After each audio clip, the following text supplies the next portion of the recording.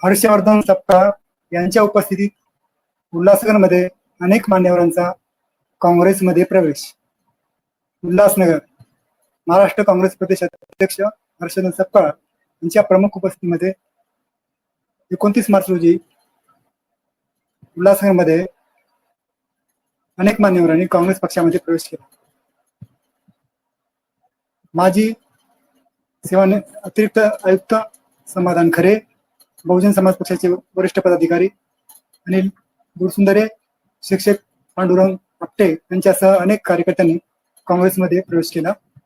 29 मार्च रोजी महाराष्ट्र प्रदेश काँग्रेस नवनियुक्त प्रदेश अध्यक्ष हर्षवर्धन सपकाळ यांच्या उल्हासनगरचा दौरा आयोजित केला होता.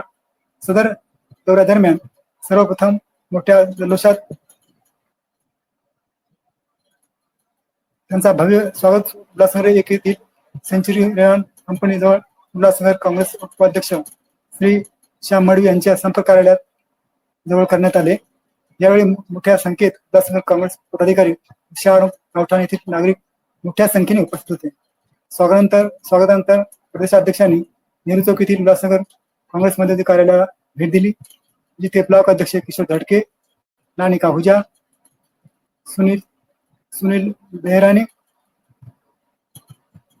कुलदीप सिंहाणे, शंकर आहुजा, श्रीराम टाक यांनी त्यांचे जोरदार स्वागत केले. त्यानंतर प्रांत अध्यक्षांनी उल्हासनगर येथील प्रमुख पत्रकार व पदाधिकाऱ्यांनी सोबत संवाद साधला.